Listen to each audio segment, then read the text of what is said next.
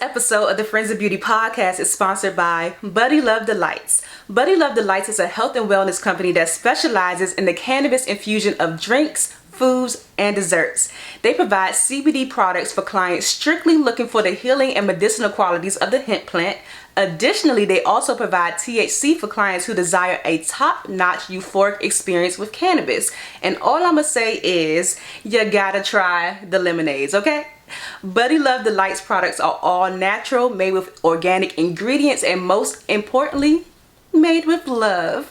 You can contact Buddy Love Delights directly via a phone call or text at 202-471-9838 or send them a DM on Instagram at Buddy Love Delights. Make sure to follow Buddy Love Delights to keep up with new products and upcoming events. So now let's go ahead and jump into the episode. I never thought there would be no weddings. There was no weddings. So I thought even if there's no fashion or TV, at least I can do a wedding or an event. There's no events, there's no weddings. So I didn't work for like over a year. Yeah. And that was weird. And I didn't realize how much my artistry of being an artist, a makeup artist, affected who I felt as a person. Wow. You know, like it really made me feel like yucky. I just didn't feel good because I wasn't doing what I love. And I was kind of pissy about it. I was like, you know, how dare anyone take away my career? Welcome to the Friends in Beauty podcast, a safe space for ambitious beauty industry creatives to have real talk, get real answers, and practical tools to grow their businesses. My name is Aquia Robinson, and I'm a makeup artist, beauty educator, and the creator of Friends in Beauty. I created Friends in Beauty to support like-minded creatives just like you on their quest to connect, network, and build genuine relationships within the beauty community. Join me every week as me and my special guests reveal the keys to success and longevity in the beauty industry, and most importantly, have fun while doing it. You ready? Hey, what's up? It's your best friend in beauty, Aquia Robinson. Welcome back to another episode of the Friends in Beauty podcast. I am so happy to have you here with me, and I hope you're listening to this episode in high spirits and in good health. If you are a friend in beauty, I welcome you to join the Friends in Beauty Facebook community. If you're looking for a community of like-minded, ambitious friends in beauty to virtually connect with, network, and share resources, then click the link down below in the show description to join our community. And I'll be there to welcome you with open arms. Also, follow Friends in Beauty on all social media platforms at Friends in Beauty.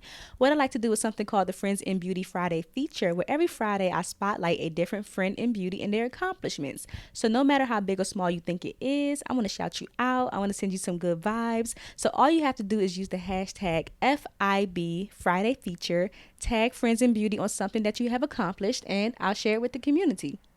Additionally, the Friends in Beauty podcast is available on several platforms. We're on Apple, Spotify, Stitcher, iHeartRadio, Google, YouTube, you name it. And whatever platform you are listening from right now, I just want to say thank you so much for tuning into the Friends in Beauty podcast. I truly appreciate you so much. And I would love it even further if you took the time to leave a 5-star rating, a review, a comment, a like, a share, a subscribe, or something to let me know how you feel about the Friends in Beauty podcast. I would absolutely love it. And also, I have to tell you that you should join the Friends in Beauty mailing list tribe if you haven't already, because they are the first to know about all things Friends in Beauty, and I send out different business resources, tips, and advice throughout the week. So if that's something that you're interested in, the link for that will be in the description as well. And last but not least, the most important thing is to share the Friends in Beauty podcast with your other friends in beauty, your family, your friends, anybody that you think could benefit from the information that is being shared. Share away to help me grow the Friends in Beauty community. Now, on this episode of the Friends in Beauty podcast, I welcome Christina Flach to the Friends in Beauty guest chair. Christina is a celebrity makeup and hair artist and the creator and CEO of Pretty Girl Makeup. Christina is available on site in Marin, San Francisco, Napa, Sonoma, Carmel, and Cabo San Lucas for weddings, photoshoots, e-commerce, makeovers, film, video, and TV.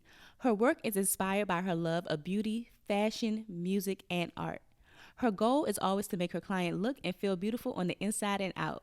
Some of Christina's previous clients include Hilary Swank, former Secretary of State Condoleezza Rice, Italian Vogue, Forbes, Benefit Cosmetics, Elle, Food Network, Facebook, Louis Vuitton, Gucci, and many, many, many more. Christina was married to professional tennis player Ken Flack. In 2018, he died after a brief bout of sepsis. Since then, Christina has been dedicated to raising public awareness of the danger of sepsis, the symptoms to watch out for, and the importance of receiving swift medical attention. She has partnered with Sepsis Alliance to produce awareness campaigns highlighting Ken's story. I had such a wonderful time chatting with Christina, and I learned so much. In this interview, Christina shares some highlights from her 20-plus years in the beauty industry and how she has seen the industry shift, a crazy story of how she was unexpectedly fired from a job while she was still on set. She also shares some of her hair frustrations as a makeup artist and her opinion on if makeup artists should actually know how to do hair. She also shares how she has been speaking out about the dangers of sepsis and gives us a crash course on the symptoms to look out for, and she even shares some of her powerful affirmations that she incorporates into her everyday life to stay encouraged. So, like I said, this interview was so amazing. Christina has such an amazing spirit that I could just feel through the call that we had.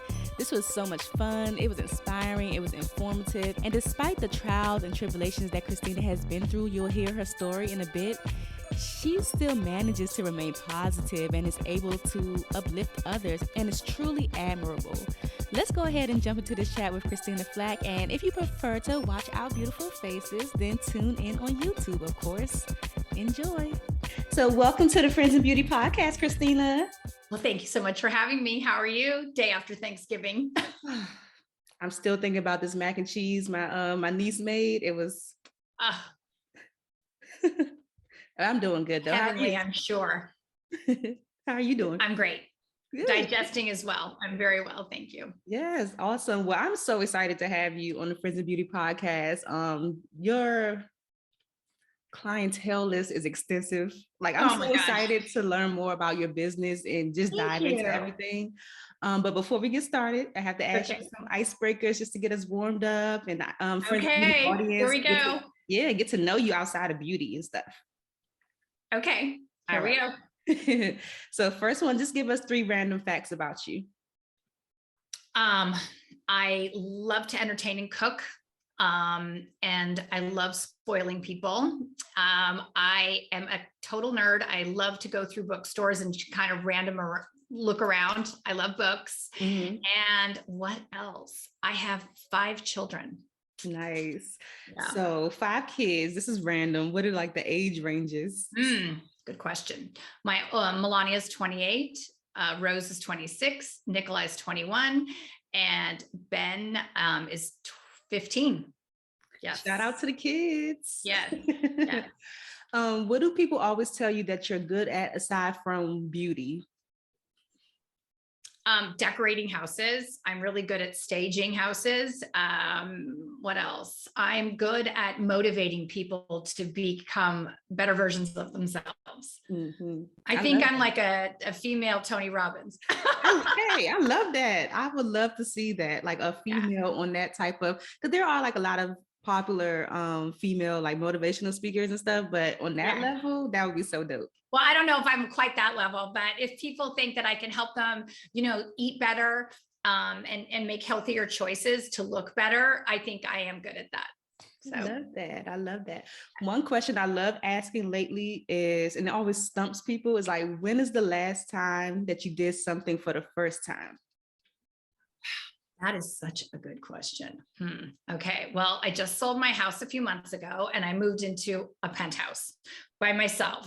And so that's different. That's like the first time I've lived by myself in, somewhere not other than a home. So I think that's all. I can't think of anything better. I'm sure there is, but I don't know. I can't think. Right. And you don't have the kids with you either? No children in the house? Well, they come and go. My littlest one, goes between my house and his dad's house. So, and then the other kids, come and go when they're in town. One from college, and then the other 2 have graduated and are out working. Rose is a screenwriter in Los Angeles, and Melania is a fashion designer. And so there's guest room, and it's kind of it's basically Ben's room, but everyone kind of shares it. So you have some cool kids. out there doing their thing. That's awesome. I do have cool kids. Yeah, they're really cool. They're very nice. I'm very proud of them. They're very generous and they're kind and they're just good people. And that really does make me proud. I think that's probably something that I'm the most proud of. I look at them and just think, wow, they're really, really cool people. That's so awesome. I love that. That's so cool. Oh, Yeah. so one thing I haven't done in a while is I have these pod decks that I love to use to ask random Oh questions. my goodness. I have not experienced a pod deck. Yes. So this one is a would you rather, and this one is a what the heck. They have like random, sometimes strange, but sometimes cool questions inside. Okay. Which one do you want? Let's see. How about the green one? The green one. Okay. It's a what the heck. Yikes. I don't know if that was a good one. I would just pull a random. Okay, this is not that bad. So this one If you don't like that, go to another one. No, this one is really cool. I think I got this one before. It says, okay. Have you ever had a this can't be happening moment? And like, what was it? Oh my gosh. Like when everything goes wrong. Oh, okay. I just had one.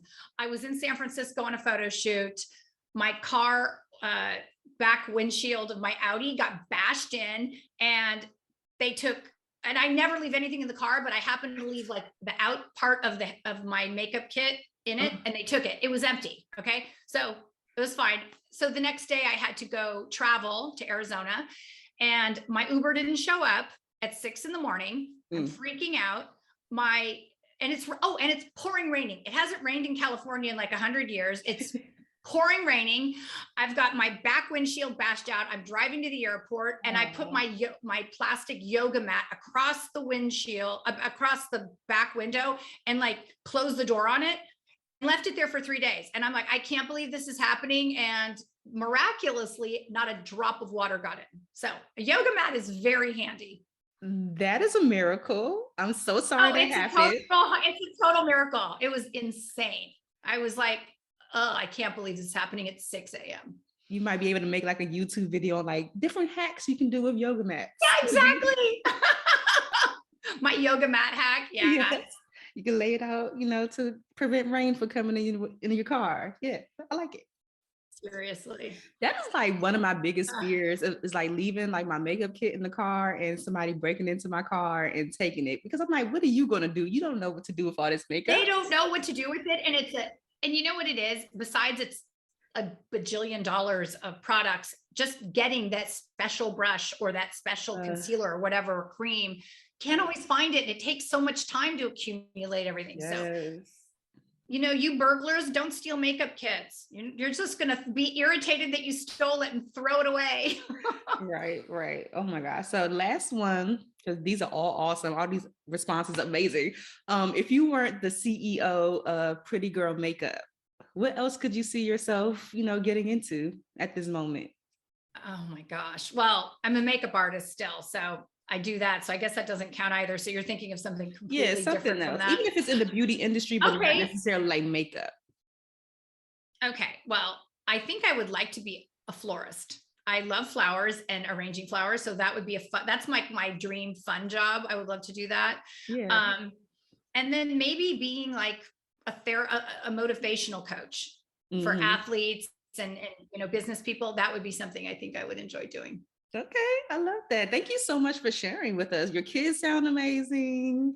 Like, thank you so much for sharing. So we can go ahead and jump into it. Oh my gosh, yes.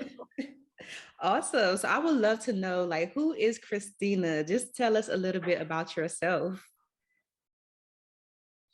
Well, I'm a mother of 5. I was married to Ken Flack. He was a professional tennis player. He passed away almost 4 years ago from sepsis. So I'm also a sepsis awareness advocate. So after my husband passed, the Sepsis Alliance contacted me, and because of who my husband was, he was a #1 tennis player in the world with his partner, Rob Seguso. They were on the Davis Cup team and won Wimbledon, and they were amazing. Won a gold medal in Seoul. I started speaking about the signs of sepsis. And then I started getting asked questions about how I deal with grief. So that's another thing that maybe I would do. I'd be a grief counselor, how to grieve in a positive way. I feel that you don't need to, people think that when someone dies, they just need to honor them. They need to be miserable. And I'm not saying I'm not sad and miserable a lot and missing my husband and my son, Bo, who passed away. But I felt like if I had this, like, I was on a hike one day and I could hear my husband saying how hard it is for him to look down on me being so sad and he can't comfort me the way he used to. And he would, it just made him so sad to see me so sad. So I thought, my gosh, what if I look down on him and my kid, or, everyone I love, and I just saw them sad all the time. It would just be torture. Right. So I thought, you know what, I can still honor him and love him and miss him, but do things for others, which makes me happy. So I started about my son, Bo, passed away on Christmas Day when he was 4.5 months old. Sorry to hear that. Oh, thank you. And so I started a educational fund at the Northern Lights School in Oakland, California. And it's a private school, and it's, prominently minority children that can't afford to go to private school, and they're all there on scholarship. So the school runs on grants and donations. So I started an educational fund for Bo. And then there's always, every year, Vita Blue puts on a celebrity golf tournament with all the athletes in the Bay Area, the 49ers, the Giants, the A's, the Raiders, the Sharks, and different business people. And so my husband played in it every year to raise money for, our foundation. And then, so when Ken passed, I started the Ken Flack Educational Fund.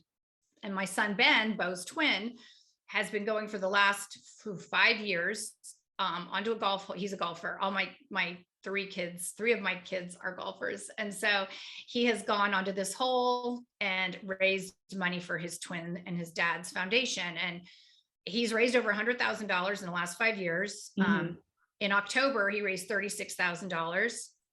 Wow. And I said, Ben, you're so extraordinary. I'm so proud of you. And he's like, Mom, I golfed today. Who cares? And I said, 3 kids care, because those 3 kids are going to go to private school for a year because of you.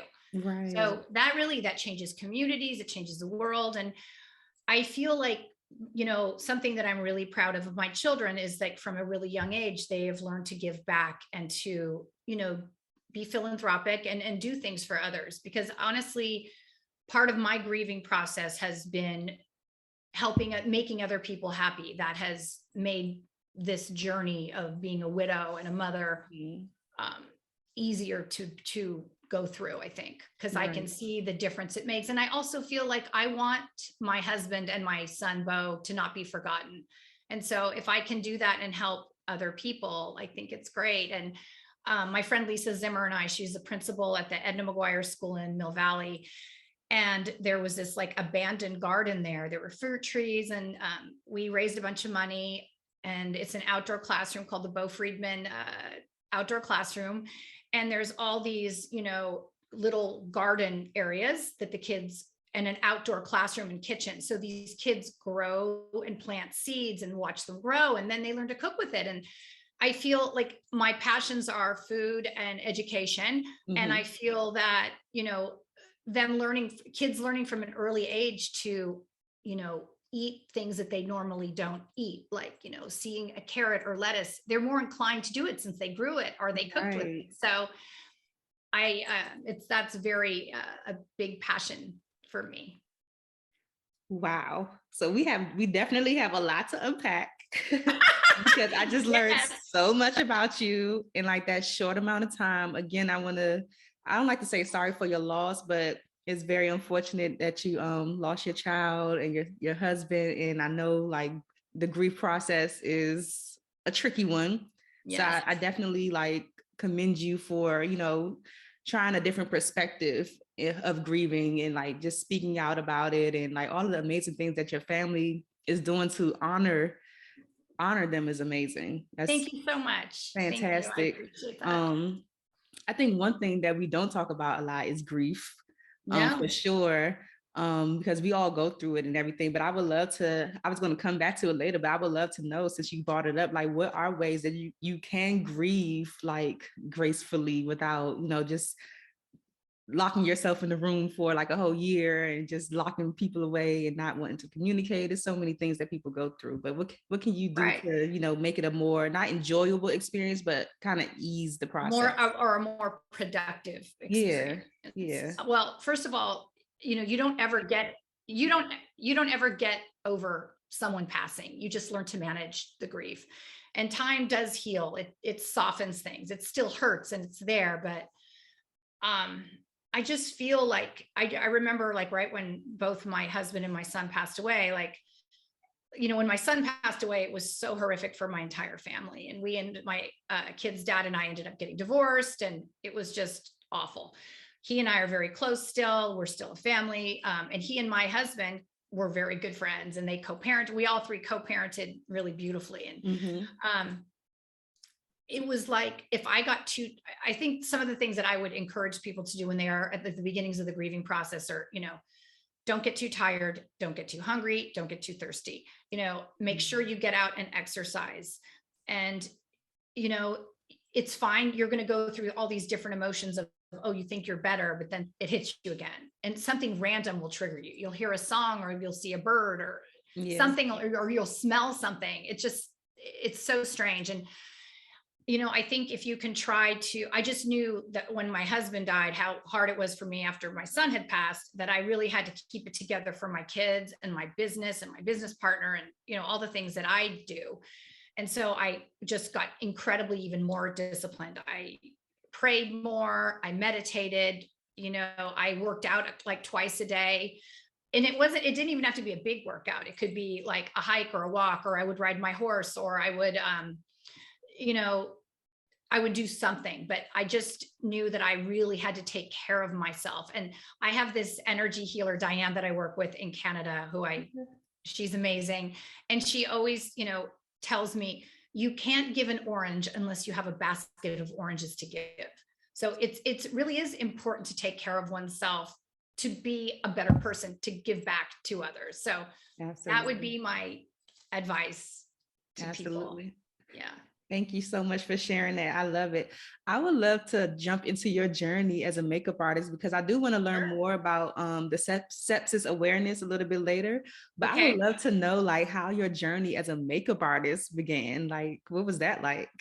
So I never thought I you know, played tennis when I was young. I thought I was going to turn pro, and well, I did, but I thought I was going to be, that would be my career. And it ended up not. So it's so funny how what you think you're going to be, and then you're not. But my mom had, when I was like 8, was diagnosed with brain cancer. And so she went through chemo and radiation and lost her hair. My mother was incredibly beautiful, and she just didn't look and feel like herself. And she was going out to dinner with my dad. And I said, oh, mommy, let me like, you know, do your makeup and fix you up to look, you know, good. And so I didn't think I had any makeup skills. She had a few makeup products, but I miraculously transformed her into like looking like her old self. And what was something that, and it still makes me feel good to this day, is how I made her feel on the inside. Like, and that's what's so, like, for me being a makeup artist, it's not just, yes, I do have very good makeup skills to make people look like the best versions of themselves,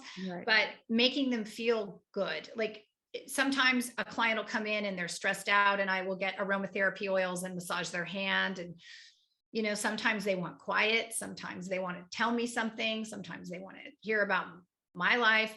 And so you kind of have to gauge what that particular person needs rather quickly. Right. And so that's kind of like how I started. I just liked how I made people feel, which made me feel really good. And then I started doing friends' weddings and proms. And then, you know, I met like a photographer asked me to do a photo shoot, and then I did. And then I got an agent, and, you know, I started my company. I started Pretty Girl. I formulated these products, and I've been very lucky. I've had amazing agents over the years, and I get to work with such amazing people. I've done Condoleezza Rice, Journey, Metallica, Hilary Swank. I've worked with, Bulgari, DR. I mean, I've worked with all the designers, and and I've been in a bunch of different magazines, and it's so much fun. I love it. I love working with a team and creating something beautiful. And,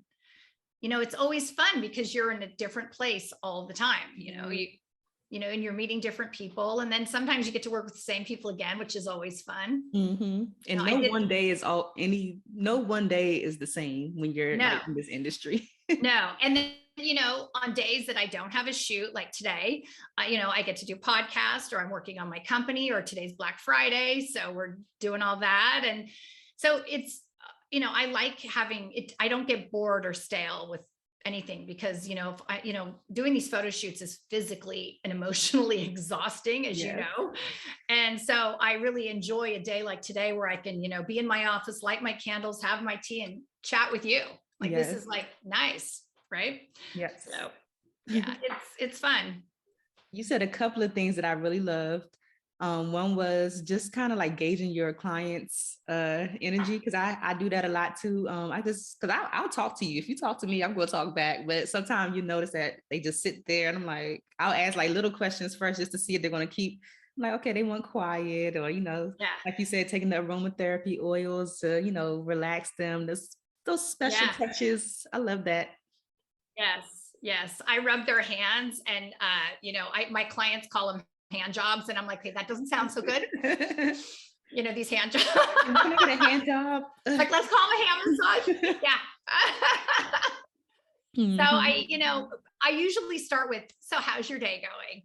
And if they're saying something positive or that's good, or if it's awful, then I'm like, okay, I guess I'll zip it and just do my job.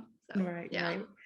Like I said earlier, you have like an extensive like list of clientele. I was reading like everything that you have done. Is there an opportunity that kind of stands out to you that just kind of like blew your mind away as far as like the set life and just the outcome of the project? Well, I guess getting to be in Vogue magazine the first time I did that was a big deal. I did a TV show with Isaiah Washington in LA for Fox called Kitchen Talk. Hillary Swank, and then looking in Us magazine and seeing my after picture on her was like, wow. And then getting to walk into the Gucci store or Louis Vuitton or I just did a shoot with Harry Winston, and I work with the Food Network a lot. I have a lot of celebrity chef clients, Tyler Florence, Bobby Flay, and that's, I honestly, every shoot I go on, is very special to me. The fashion ones, or I did the makeup for the new CEO of Instacart. That was cool. Nice. Dana Perino to be in Time magazine with Condoleezza Rice. So it's fun. I really, really love my job. Oh, that's so cool. How long have you been in the industry now? Oh my gosh, 100 years. Well, I mean, I've been doing it, I don't know, over 20 years, I guess. You have a certain type of job that you like to do? Because I know you do like commercial work, TV, film, all types of stuff. I like anything that I'm getting paid a lot of money. So that's right. Yes. No, I mean, you know what? That's not true. I do a lot of projects that, I've done some magazine shoots that I've done covers of magazines and I didn't get paid anything. Or I've done documentaries that I was really, I have this friend, Alexis Quarzimo, that I love working with. And we've done, we did Jaylen Brown that's with the Boston Celtics. We did a shoot with him. We did a documentary with a boxer that was homeless and his parents, were in jail. And, I did that for 2 days and I didn't make any money. So I love working on, I love having projects that are like artistically satisfying to me. Sometimes when you don't get paid, you work and do testing, as we call it. Yeah. I get to be, it's 100% how I express how I feel like it should look. And that's very satisfying to me, that I don't have any restrictions. So, if you work for a company like Gucci or Louis Vuitton, they send you an inspiration board. They are very clear on what exactly they want you to do. And there's no wavering from that. It really has to be just what they want. And which pushes you as well to be a better makeup artist when you're like told exactly how to do something, they want very minimal makeup. but they still want them to look good. And so you want it to look natural and not look like it's there. So that's another fine art of expression. So. I love that art of expression. I love like the no makeup. That's what I mostly get hired for, is like when people want makeup, but they don't want to look like they got makeup on. I love that. Yes. How did you learn how to adjust your artistry for like the different types of jobs that you do? Because like you just mentioned, sometimes it's minimal and sometimes they want like glam. Yeah. Well, I think it's just practice and working on it, and just doing. They say it takes 1,000 hours or 10,000 hours to become good at something. And I've done a lot of things, a lot of weddings. You learn to work fast. I've done a lot of projects where I see other makeup artists. I learn from everybody. I mean, I've learned stuff. I did I did makeup and hair for the CFO of Google. And she was telling me how to blow out better. Like, I'm not a hairstylist, so I don't want to hurt anyone. And she goes, will you get that brush and pull tight? So it was like the funniest things I learned from my clients. And then another one was like, get the mascara to go out on the edges. I mean, I learned something from everybody, which is very interesting. So yes, you just have to be in a mind space of being open to learn from people and not thinking that you know everything too. Oh, yeah, I don't think that at all. And also listening to your client. It's so important. Like, I had a photo shoot the other day with a friend of mine who's a very well-known realtor. And she, I did her makeup and I loved how it looked, but she's used to having a lot more on, and she wasn't comfortable. So I had to, even though I knew artistically it was not right, and I wasn't loving it, but she felt good. And she had to be in front of a camera. And that's what was important, that she felt good. Has nothing, you have to put your ego out the door. My opinion, I will give my opinion and what from my experience is best for the client. But in the end, it's their face. And if they're not feeling good on the inside, no one's a good enough actor to make that go, to fake it. Yeah. So listening is really, really important. Absolutely. Do you have any advice for people who want to get into more commercial work and work with brands? Do they need an agent in order to do those type of things? I'm very blessed that I have agents, but sometimes it's just working with different photographers. I would probably suggest, offering to do some testing with different photographers and get, professional, it's really important to get good photographs. It's so important, and constantly, even during the pandemic, I was still doing testing. I was working with friends and models and different people to just keep not losing my skills, and it's really important to, I think, always follow up with people, be on time. I mean, just going the extra mile, not complaining. I hear all the time from different photographers and producers. They're like, a makeup artist is complaining. Oh, when are we like all this? You have to just zip it and be thankful. Thank them. I always thank them. Thank you so much for having me. I'm really grateful to be hired. My agents call, I say yes. I don't even know what it is. I don't care. I just say yes. Yeah. So I think if you're excited and passionate, people will want to work with you and you do a good job. Absolutely. I agree totally.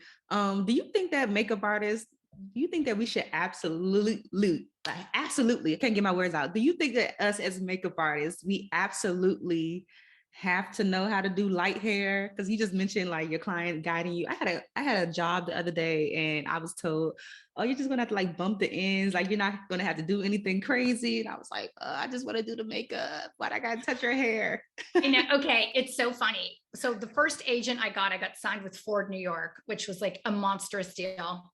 Yes. And so she said, oh, okay, so like you do hair, you're going to do hair and makeup. I'm like, whoa. I am a makeup artist. I don't do hair. Like, I didn't go to beauty school. I don't know how to do hair. She's like, well, let me explain to you something. If you want to get signed right now, you do hair and you better figure it out really quick.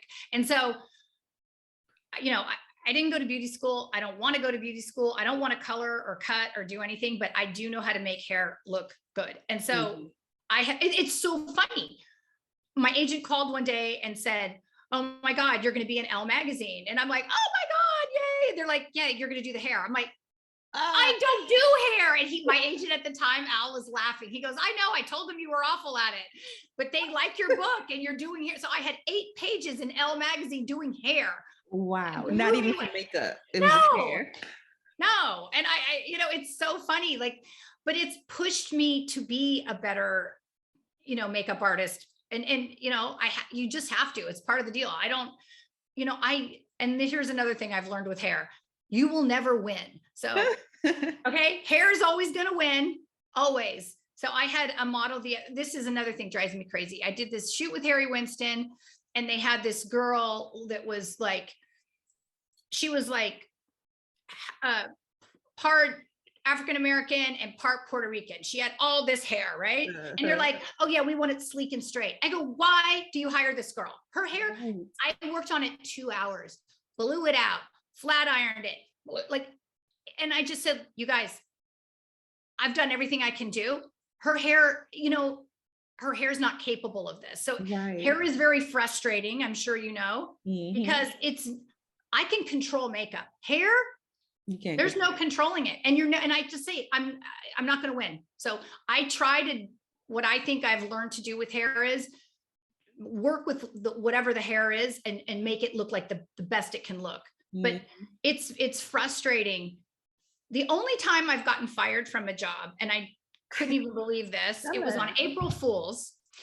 And I still feel like it was like the universe. It was, so I had a job with Uniqlo. Do you know that brand? I haven't heard of that. Okay. It's a big clothing brand from Japan. And so, their people came in from Japan, and it was like a huge national campaign. And so they, again, had this Asian girl, straight hair, and they wanted it like curly. And my agents are always saying, like, make sure you're honest with the client, tell them if you can do something or can. And I said it so sweetly, you guys, I'll do whatever you want, but just know, like, her hair's really not going to do what you want.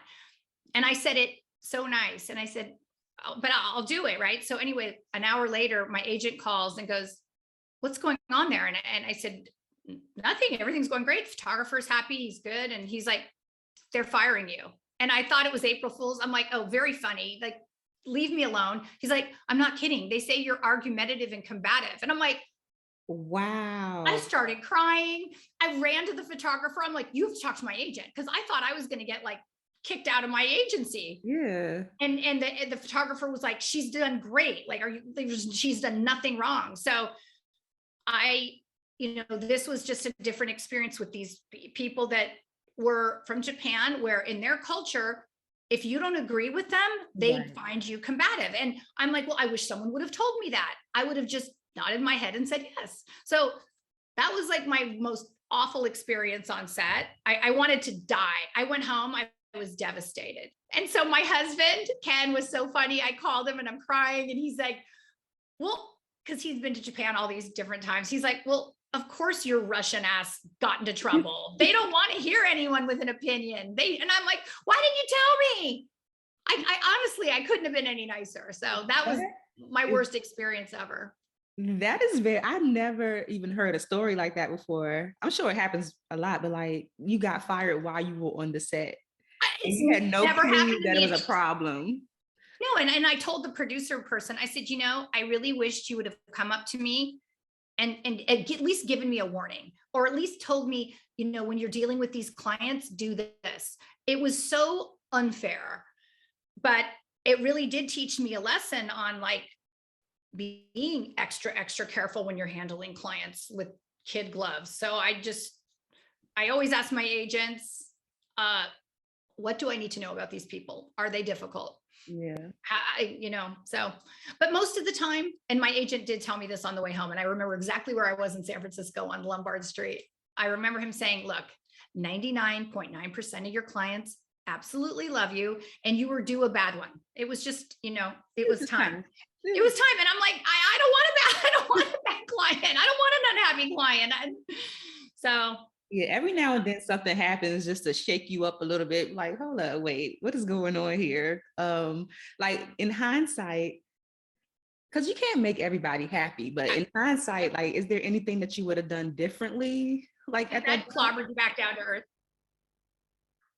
I don't even think there's anything I could have done differently. Like maybe said nothing, but I have to be myself too. And I like to be honest. I don't like disappointing people. And I just want them to know, like, I don't want to get on set. I like to give the client options. So if I tell them, like, you know what, her hair is incapable of this, like An afro. Yeah, an afro. Right. It's not going to happen. So maybe you want to think of another option. Like maybe you want a high ponytail, or maybe you want it just straight. Like I want to give them the option. So, I'm really happy to work on a team and collaborate and figure out what's going to be best for their fashion line or whatever. Because I do a lot of e-commerce and fashion. Yeah. And, but I like that, and I want the client to be able to feel comfortable to tell me, but I mean, to go that drastic, wow, that was a doozy. Very interesting. What's a typical week look like for you? Do you stay pretty busy with makeup and set life and everything? Every week's different. Every week's different. So I had like 2 days with, who did I have? Of Vionics. It's a shoe brand. They're a good client. And then I had Harry Winston. That was 3 days. Right. Then I may have like some weddings to do on the weekend. I like to do those. Those are kind of fun. And then I'm, I do a lot of podcasts, a lot of radio, TV, interviews. And then, I have a partner, Jordan Hall, and we are expanding Pretty Girl. And so we do a lot, we do meetings, we have calls. I'm constantly looking for, updating my portfolio with past work. That's something that is really important to always do. You do these shoots and you don't always get your work. So I'm constantly looking on my different companies that I work for, their Instagram. I look on their website. I make sure everything's downloaded and get those images to my agents, because it's super important to your portfolio to be constantly updated.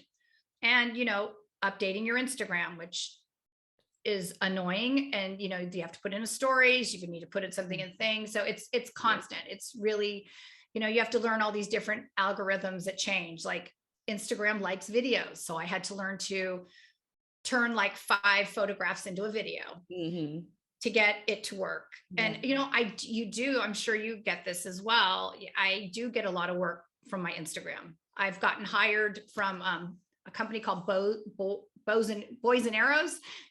It's a swim line from LA, and they flew me down to Cabo. And so I was saying that it's interesting that Instagram is so important and Facebook is so important. I've had clients find me, like corporate clients, like Boys and Arrows. It's a swimsuit line from LA. And they found me on Instagram, and they flew me to Cabo, and I worked for 3 days on a catalog for a swimsuit line. So it's really surprising. I've had my agents say, oh, they want to know how many followers you have. I'm like, what does that have to do with anything? Like, why don't they look at my book? I don't like that current environment of how important the followers are. Look at my work. Yeah. The amount of followers I have is irrelevant. I mean, but they find it important. So you have to play this kind of weird social media game. Yeah. On that note, like, what are some other ways that you've seen things change over the years? Because I know before you started makeup, there was no social media. So what are some things that you kind of had to like pivot and adjust to over the years? Maybe like 2 things. Okay, so this is actually really interesting. So I have my publicist is Yvette Masterson. She's with Y Public Relations, CEO. So when I started with my makeup company, I was a celebrity makeup artist, and I would do stuff for TV, and I'd be in all these magazines. And it was super important to meet with the beauty editors in New York and LA with all these magazines. And now there was no influencers, there was no Facebook, there was no nothing. So all you did was deal with celebrities, publicists, agents, and these beauty editors that were God. So you would go to New York, and you would go to these magazines, and you would go into this little office and meet with this beauty editor who had like 1 million different products around, and you would, talk to them and, hopefully charm them into like talking about your thing. There's no more beauty editors anymore. Right. And now you're dealing with these influencers who, I have to say, a lot of them, I don't know. A lot of them are amazing, but there's some that aren't so amazing, and they've got a huge following. And it's unfortunate that now people can get paid to influence, but you never know. It's like so much money to pay these people and you don't know if it's going to work. Right. That's scary. It's awful. It's like stressful to think like, okay, I just paid this person an ungodly sum of money and oh yeah, we sold 14 lip glosses, Right. Not 14, but you know what I mean? You want to at least recoup what you paid. Right. So that's what's different. Just the magazines. That's the beauty editors. I miss them. I thought they were great. I'm back. I'm back. Oh my gosh. So I want to say back in the day, because that sounds like so old. It is old. But in that time that you were, building your business and everything like that, doing celebrity clientele, how important was networking to you in growing your business at that time? It's super important. It still is important. I mean, I try to, when I work on a set, I like to follow up with everyone. And if I meet someone, I'm like, oh, here's my card. I send them a link to my portfolio. So it's networking is still important. It is word of mouth. I got my business partner, Jordan. He owns a production company and he hired me to be the makeup artist. We did 2 commercials together and he loved working with me because he didn't have to do a lot of post, like of touching up. He was like, oh my God, you're the first makeup artist I've worked with that I don't have to like sit and for hours touching it up. Like your work's stellar. And then we laugh about it now, but like at the beginning of COVID, he called me and he goes, hey, your website's ass. I'm like, oh, well, thank you. It's COVID and I'm not selling any lip gloss because of these masks. Right. Yeah. And so, it worked out great that I had a good relationship with him. And I try to do that with all the photographers I work with and, with every team I work with. I'm very thankful for everyone that I work with. Yes. The gratitude will get you a long way. Not being a pain in the ass will get you a long way. That too. Just being pleasant and positive. I hear it all the time. They're like, oh my God, we had this other makeup artist. She was like, complaining about the masks. When are we done? When's lunch? And I just never understand that.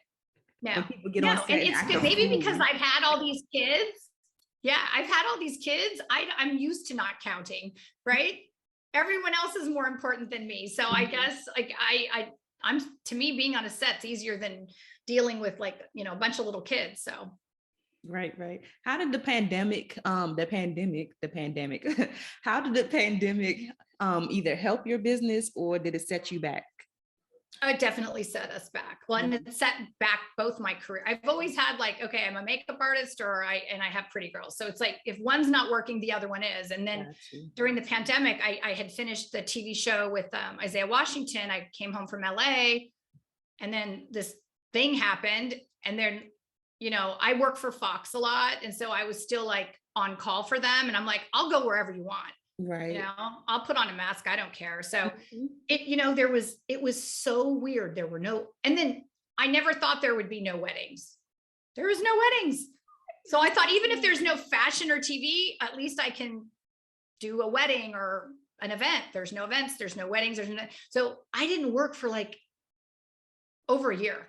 Yeah. And that was weird. And I didn't realize how much my artistry of being a makeup artist affected who I felt as a person. Wow. Like it really made me feel like yucky. I just didn't feel good because I wasn't doing what I love. And I was kind of pissy about it. I was like, how dare anyone take away my career? Same, I'm sure with you, it just, to feel like your career is just ripped from you and you work so hard to get where you've gotten.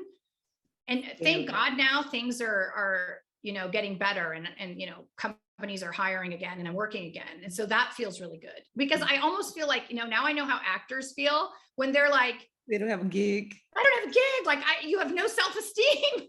I get it. That's how I felt. I'm like, oh my God, no, my career's over. I really thought it was over. Right. And I was kind of like the opposite. I was happy for the pause because I was actually grieving myself. I had lost my younger sister. Oh, and I'm so sorry. Yeah, it was crazy. But I was like, I want to take a break. I want to take a break from makeup. But I was like, but if I take a break, then I'm not gonna make money. If I don't make money, then I can't pay my bills. So I was the pandemic was like an unwelcome kind of pause for me to just kind of like process everything and just kind of get back to things in my own time. Because when you're a creative and you're in a position where you're making other people feel good or inspiring other people and you don't feel good, I'm like, how am I supposed to write a post, a caption to uplift people and I feel crappy right now? Yeah, So when I'm just like when I'm mad at the world. Yeah, I know what that feels like. But yeah. I remember after my husband passed away, my agent called to check on me, like, a few days after, and I just said, get me a shoot. And she's like, your husband died 5 seconds ago. And I'm like, I don't care, because my happy place is on set. And so she got me a job with Third Love, the lingerie brand. Is that what it's called? Third Love? Oh, I know what you're talking about. I'm not familiar though. I'm not sure 100%, but I know what you're talking about. Yeah. Yeah. So I went and worked for this lingerie brand 7 days after my husband had passed away.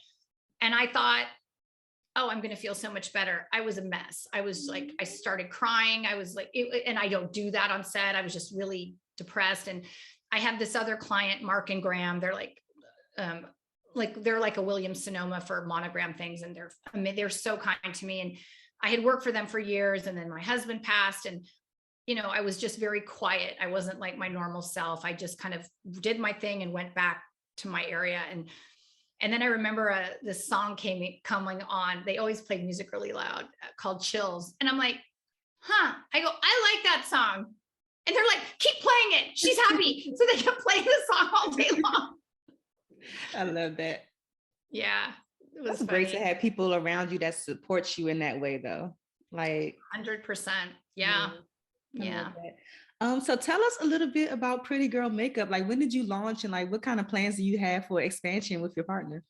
So I started in 1999, which is like 150 years ago. And I, wanted to find, I was a mother and I drink a ton of water, and I was always like water, lip gloss, water, lip. It was like constant. I'm like, gosh, I really want something that can stay on. And I thought, oh, I'll just invent my own, because I thought it would take like an afternoon. Oh, I'd be in Neiman Marcus in 2 weeks. Mm-hmm. No, I started working with a chemist, and, we formulated, and it took a year. And it was an interesting process, because, you work with this chemist and you tell them like certain things that you wanted it. I want it to be long lasting, anti-aging, hydrating. And I wanted it to last so long, but not to get sued, that it lasted, like it was so right. And so, it took a long time to get the formula and then move into the color part of getting because I was self-funded until like now, all these years. I have no debt, but I have been doing this all myself. And that's another thing, like, to expand at this time, I don't have an endless supply of money to pay influencers and all this stuff. The marketing now is just everything. Yes. And so, I started with like 5 different colors, and I tried it on all my friends and family, because everyone's a different color. I have light people, dark people, all shades of the rainbow. And I wanted my colors to look good on everybody. So, it took over a year to just formulate the lip gloss, which shocked me. I didn't think it was going to take that long. Yeah. But I think that's why it's so important to really love what you're doing, because you're not getting paid. And you really have to put a lot of time and effort into it. And my client, my friend and client, Tyler Florence, he's a celebrity chef on the Food Network. Mm-hmm. He asked me one day, so how's your company? And I said, oh my gosh, I had no idea it was going to take so long, cost so much. And he goes, look, if any of us knew how long and how hard and how much money everything's like, no one would do a damn thing. And I'm like, you're right. It's better not, ignorance is bliss, I've got this hair right here. It was better not to know. So you do have to enjoy what you do. And I've told my kids this, like, love what you do so much that you would do it even if you weren't getting paid, and then figure out how to get paid. Right. And then also figure out where you want to be. My daughter, Melania, was in London studying couture at Central St. Martin's. And, she got to travel all over Europe. And my daughter, Rose, was at NYU in New York and now in LA. And, loving what you do and figuring out where you want to be. I love to go to Cabo. So I have an agent in Mexico. so I can go travel down there a lot. So, Yeah. you can create the life you want, no one's going to do it for you. You have to do it, and you have to manifest it and just imagine that it's happened, and failure is not an option, and do it. I have zero patience and tolerance to hear people complaining about, oh, I hate my job. Oh, I don't like, it's like, then change it. You're the only one that can change it. No one's going to change it for you. And why are you going to do something every day that you don't like? That makes no sense to me at all. Insane. Do you have a process for manifestation? Do you like affirmations, writing, journaling? All the above. I do a lot of affirmations. I accept and expect miracles. I say it in sets of 3. The universe loves me. Money flows freely and easily into my bank accounts. Here's what I do. And I do it during my yoga. They say to look in the mirror while you do it because it tells your subconscious. I say, I am successful. I'm grounded. I'm determined. I'm healthy. I'm happy. I'm loved. I'm grateful. And I say it over and over and over. I love that. Yeah. And I tell the universe, like, hey, angels, universe, I need help. I want this, I need a shoot. I want to be on the podcast. I need something. And the clearer we are with the universe will help us. But when we're wishy-washy and not sure, that's when you're stuck and nothing happens. So it is, like you say, to journal or to write it down, or to just be like, no, I want this. And so I do think affirmations and being positive, very important. No one wants to work with anyone that's negative. That's for sure. Absolutely not. It's not enjoyable at all. No. And it's so funny. People's energy, so weird. I had this conversation with my son, Nikolai. He's a golfer in college, and he's working with this, mental coach to help him get to the next level to turn pro. And my son tells me, I go, what's blocking you with this? Like, why is it not working? Because it's costing a fortune. And he's like, well, I don't believe in this energy thing. And I'm like, wait, what? I'm like, what? You don't believe in energy?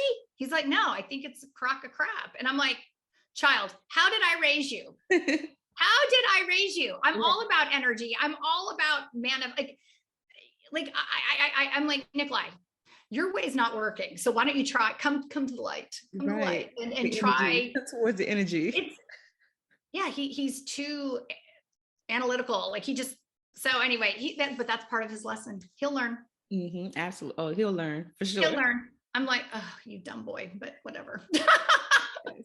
So I would love to jump back to like the beginning of our conversation, because I know it's really important for you to, bring the public's awareness around, sepsis and everything. So I would love for you to share, like, what is sepsis? What can we look out for? Like everything that we need to know, because I've heard of sepsis before, but I had to look it up before I interviewed you to really understand, like, oh, wow. Like, and I have no clue on like how do you even know the signs and all of those things? Yeah. So sepsis is an infection of the blood. And it can come from a cut or a tooth infection, or in my husband's case, he had a cold that turned to bronchitis, which turned into pneumonia. So if you're not, for example, my husband wasn't seen by his doctors and they gave him the wrong medicine. They gave him cough medicine with codeine, which suppressed his breathing, which made the infection grow overnight. So sepsis attacks all your vital organs. So and it shuts them down. So my husband went from being, sick, but to being on life support in 12 hours because the infection started. His kidneys were failing, his lungs, his heart, everything was failing.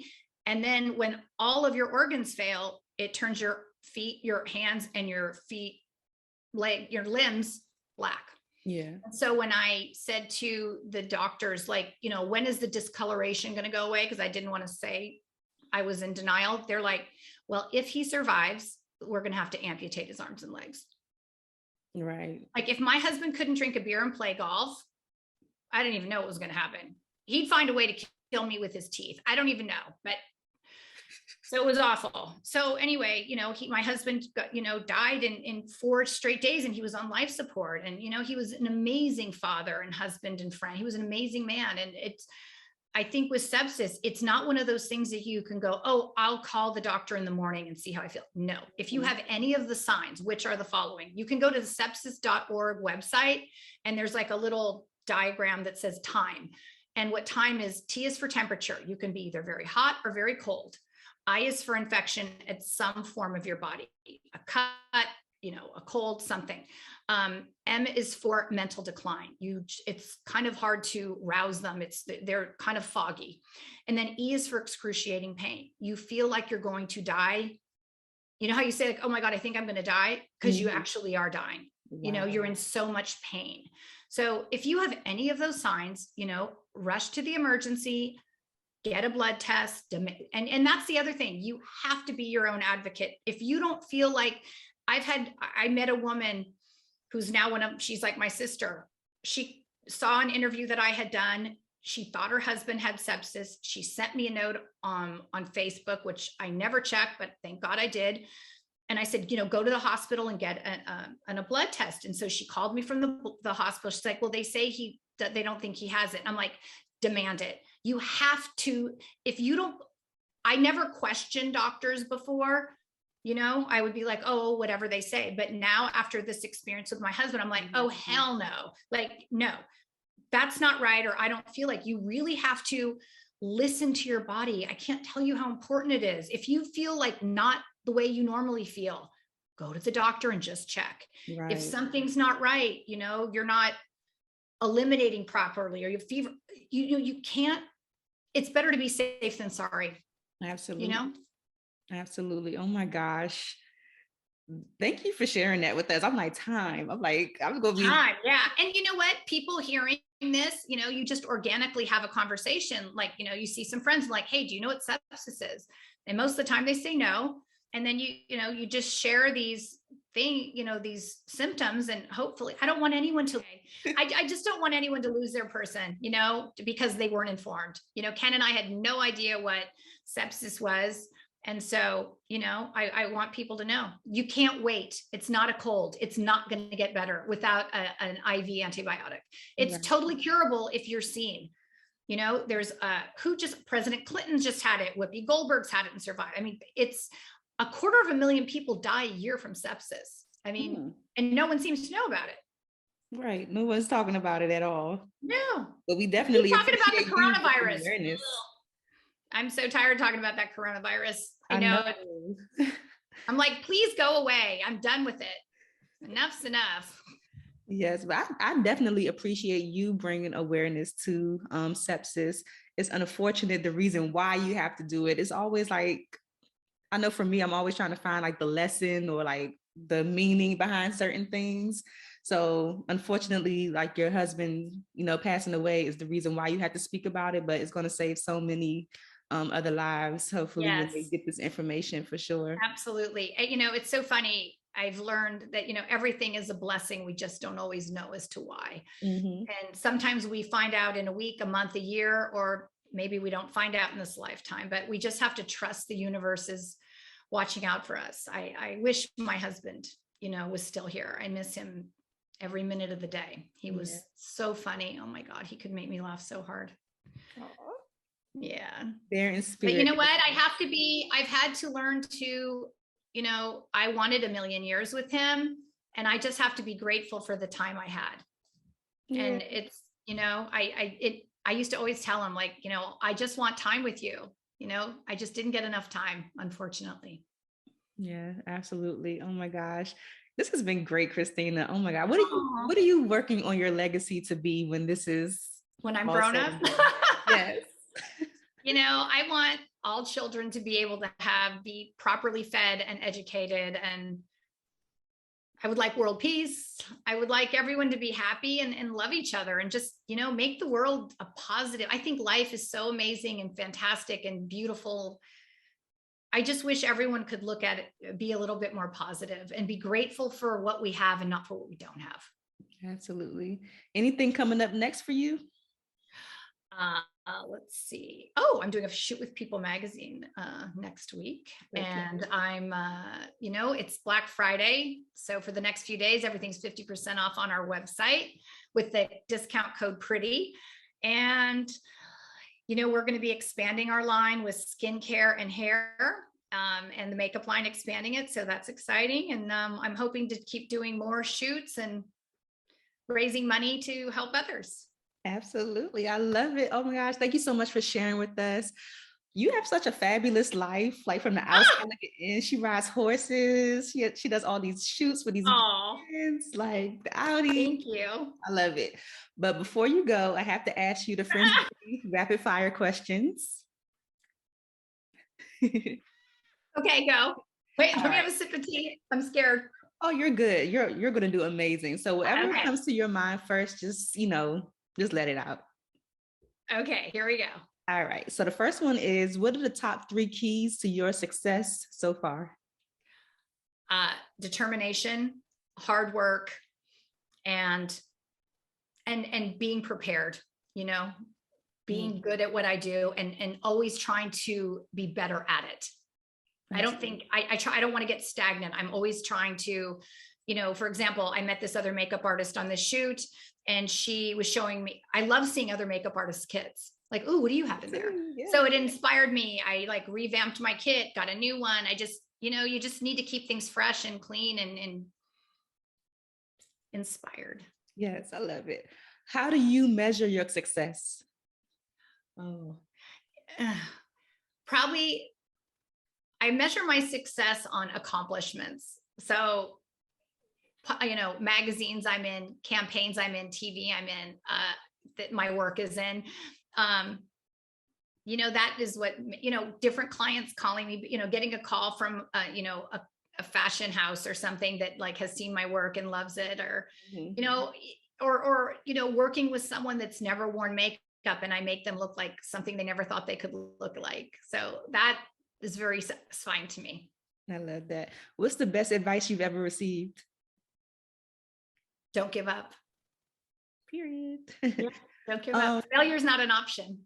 Absolutely not. Absolutely not.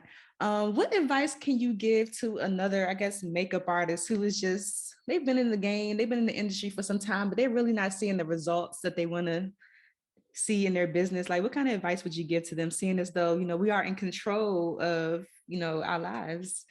I would, if things were not going well and it was stagnant, I would really have to look at myself honestly and go, okay, why am I not getting hired back?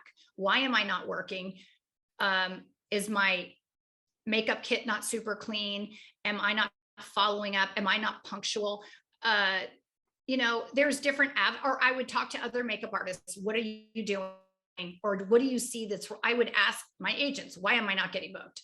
So it's really important to not get defensive and weird, but really be honest, because that is the only way you're going to get better. You really have to look at yourself and make change. Don't be so stuck in your ways. You have to be able to I read this book after my husband died. It was called We Plan and God Laughs, by this rabbi in LA, Sherry Hirsch. And it's such a good book. And you don't have to have lost anyone, but it's taught me to ride the waves of life. Mm-hmm. That's one thing we know. Change is always going to be, and you have to learn to kind of ride the wave. Things are going to get better and then they're going to get worse. It's just to kind of stay in your lane and be focused on the outcome you want to be. Mm-hmm. It's always a new day. I think keeping your living space, your office and your bedroom clean and organized. I don't think sleeping in a messy room, you're in there, and energetically, if it's all a mess and a disarray, it's just chaotic energy floating all around you. So I always make sure my bed is made, my closets are clean, my office is clean. Today, things have gotten a little out of hand because I've had all these shoots and I need to organize. So, mm-hmm. I try to make it pleasant. I will put on some music. I will light a candle. I'll make my tea. I'll turn on the phone and chat with someone and just get things, orderly. Yes, absolutely. I agree with that. One thing you said was the follow-up. I agree with that, because some people don't follow up. No, and they don't call back. You know what? You're going to get hired. They're going to hire whoever calls back. So if I get a notification from Yelp or my agent or something, or an email, respond, because people really are. I hear that all the time. Wow, you responded so quickly. Like, well, duh, I want to get hired. Yes. So the other one I want to ask is, what's a resource that helps you in your business that you can share with the Friends in Beauty community? What's a resource? Mm-hmm. I think, Yelp is really powerful. And, Instagram, I think like with Yelp, you can control like how much you spend on blocking competitors, doing that, that helps to get, be busy. Another resource, I think other makeup artists, I have a bunch of friends that are makeup artists, and we like, if I can't do a job, I will, give it to other friends. And I think that if you have this positive flow going with friends, then they're going to refer you jobs. So it's a really nice way of networking with other makeup artists that like, giving each other jobs, and then they're really willing to give you jobs when they know that you're going out of your way. Absolutely. I get mostly referrals at this point. The job that I had to do the other day with the hair was a referral. Oh, good. But that's mainly the reason why I started Friends in Beauty, because it started off as networking events. And it started off that way because I was finding a lot of makeup artists, so just people in the industry who didn't have other beauty industry friends. Like, right. How are you out here with no other makeup artists as friends? But at this point, either I'm referring people because I can't do everything, or they're referring me because they're not available. So I absolutely agree on that for sure. Yeah. And it's interesting, like people get competitive, and I really am, I guess, once you feel like good about your, I feel successful and I feel good about my work, it's great to see other people coming up. And I like having these other makeup artist friends. We help each other with like, okay, what are you charging for this? What's your day rate? How much do you charge for a wedding? Or, it's always fun. I did a wedding not too long ago, and I got to work with a makeup artist that I hadn't seen in a long time. And this was fun. I did the makeup, she did the hair. It was fun to just watch what she was doing. It was like having a little tutorial of like, oh, that's how you do that. That was fantastic. So it's, I think it's important to network and not feel insecure, competitive. People are very willing to help other people if you ask. I've had people call me and go, hey, I want to start my own makeup line. I'm like, okay, well, this is what you need to do.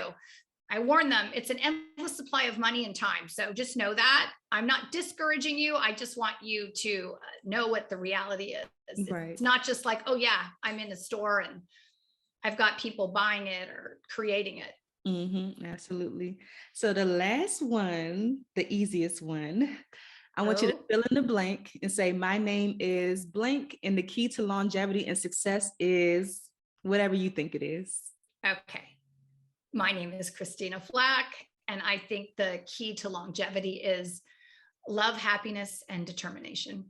Oh, love it. Love, happiness, and determination. Yay. So before you go, share all of your social media information or where people can find more about you, Pretty Girl Makeup, or whatever you want to share. Okay, so if you would like to see my portfolio, it's ChristinaFlach.com. If you would like to buy some amazing lip gloss, go to PrettyGirlMakeup.com. The Instagram is PrettyGirlMKUP for Pretty Girl, and Christina Flach Makeup on Instagram and Twitter. We're on Facebook for Christina Flach Hair and Makeup and for Pretty Girl. And yeah, that's where we are. And there's a discount code for Black Friday. It runs till, I think I'm letting it run until the end of December, and it's Pretty is the discount code. So you get 50% off. So I shouldn't, I really shouldn't let that go on too long, but I'm going to let it go for a minute. Okay. Well, thank you so much for doing this, Christina. I really appreciate your time. And thank you for having me. Yes, all the value that you brought to the podcast today is amazing. I really appreciate you so much. Oh, you're so kind. Thank you so much for having me. Thanks for listening to the Friends in Beauty podcast. Don't forget, sharing is caring. Share this episode with at least one friend in beauty, and subscribe, rate, and review on Apple Podcasts so that other friends in beauty can find this show. Plus, we'd love to hear your feedback. Connect with us on all social media platforms at Friends in Beauty, #Friends in Beauty to join the conversation, and join our Friends in Beauty Facebook community to stay connected. Talk to you soon.